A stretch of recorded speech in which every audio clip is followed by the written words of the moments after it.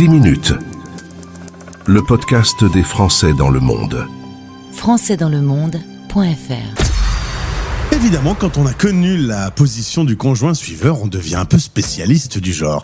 Et sur le parcours de Sophie, il y en a eu des déménagements au point qu'aujourd'hui, elle se trimballe avec Elle Start. Et on va en savoir plus avec Sophie Courtin depuis Genève. Sophie, bonjour. Bonjour Gauthier. Dis donc, il y a une famille d'expats ? Oui, en effet. Je pose la question parce que souvent quand on vit autant l'aventure internationale, c'est qu'on a déjà eu dans la famille un petit peu des parents ou des grands-parents qui avaient cette appétence. Alors, je suis petite fille d'immigrés. Donc, j'ai un grand-père portugais, une grand-mère italienne et de l'autre côté, c'est français. Mais donc, du coup, le voyage était déjà inscrit dans les gènes de la famille et avec toujours un moteur qui était le travail.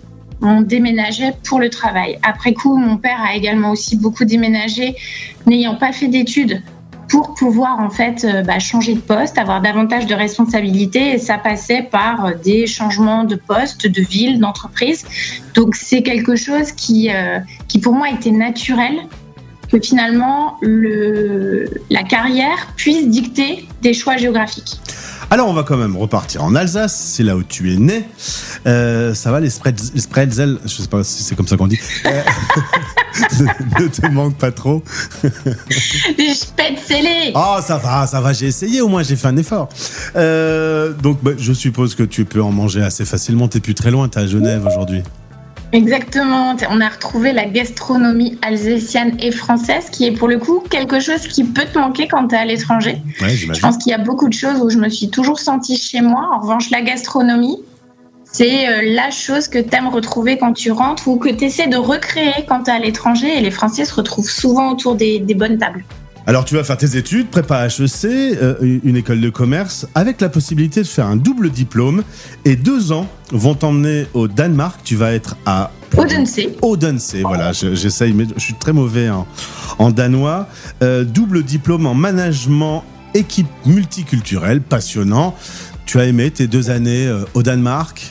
Alors, d'un point de vue académique, ça a été une révélation parce que je suivais un cursus logistique en France. J'avais pris une majeure logistique et là j'ai découvert le management, les équipes multiculturelles.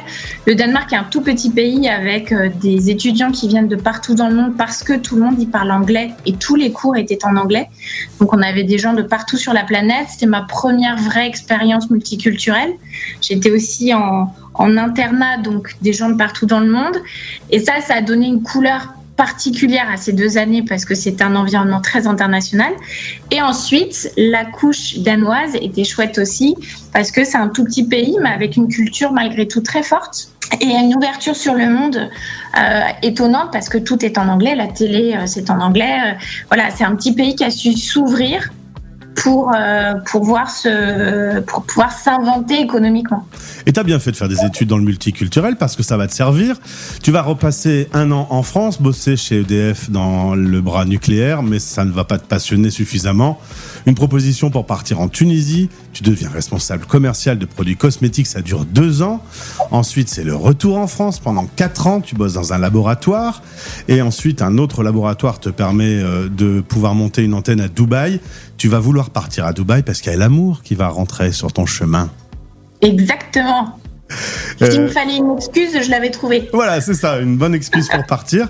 D'ailleurs, pour parler de la famille, vous avez aujourd'hui 2 enfants qui sont nés en expatriation, du coup. Oui, la première est née à Dubaï et le second est né à Houston.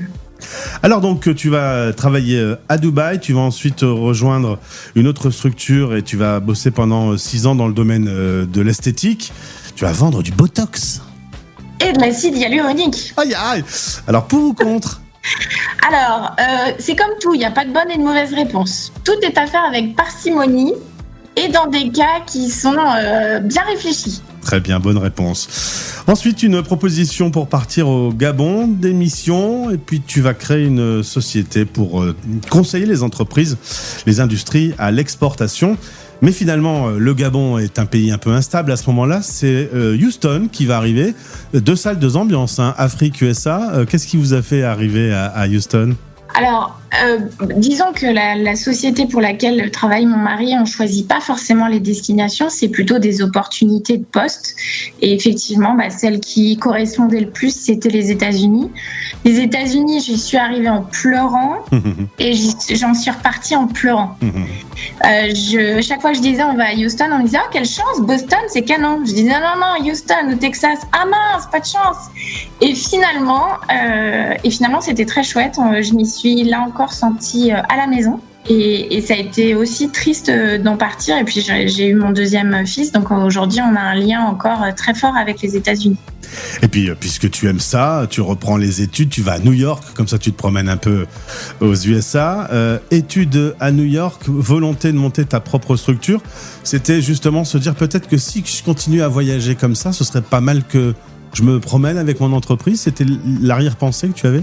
Ouais, c'était vraiment ce sentiment que, comme beaucoup de conjoints suiveurs, il faut une vraie énergie, une capacité à se réinventer à chaque fois qu'une nouvelle expat arrive.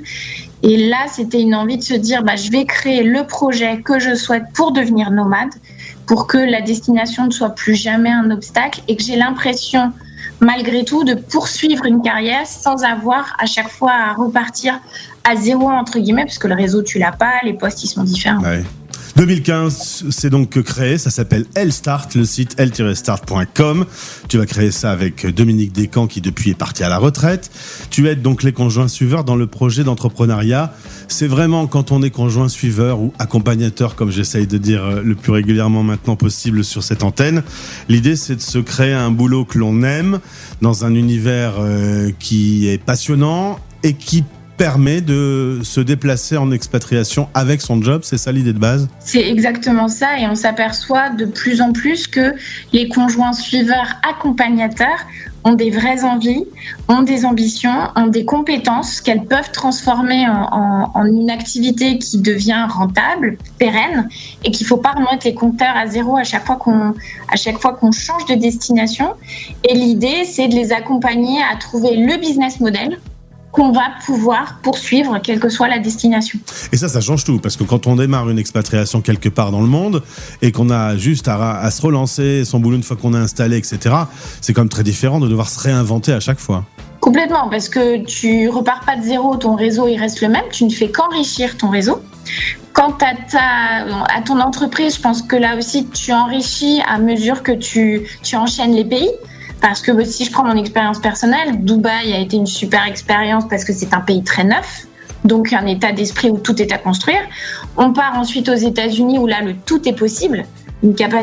C'est un pays qui accepte l'échec, qui encourage à recommencer, toujours penser différemment. Tout ça, ça m'a constitué et c'est le cas pour toutes celles et ceux qui décident d'entreprendre à l'étranger.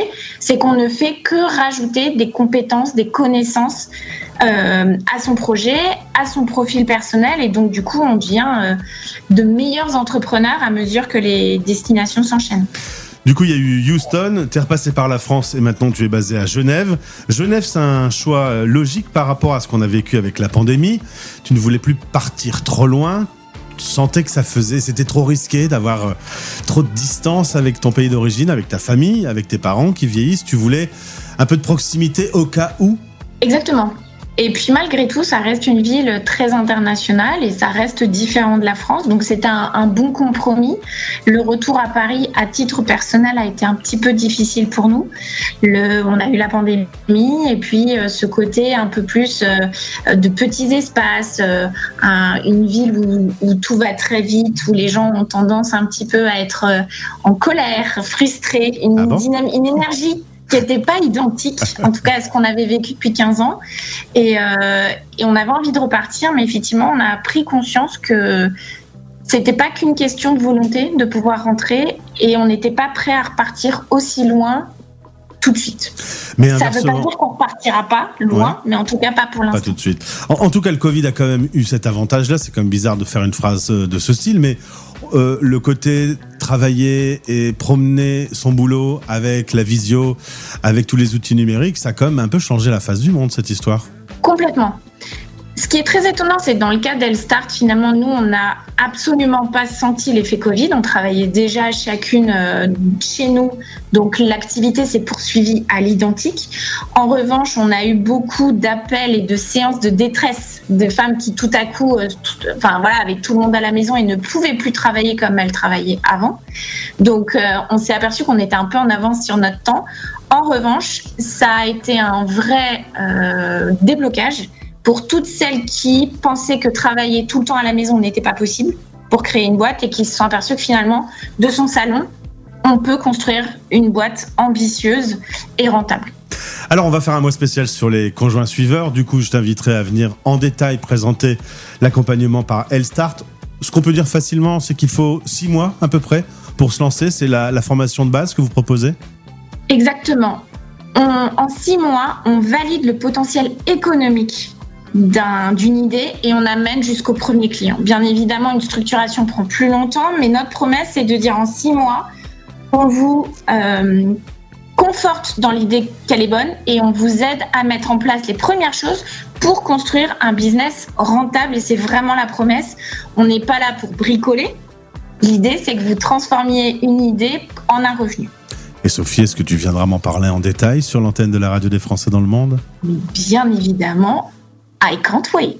Eh bien, je suis rassuré. Merci beaucoup pour ce portrait, ce parcours. C'est l'interview 1937 à retrouver sur toutes les plateformes de podcast. Merci. À très vite donc sur l'antenne. Merci Gauthier, à très vite. Français dans le monde. Français dans le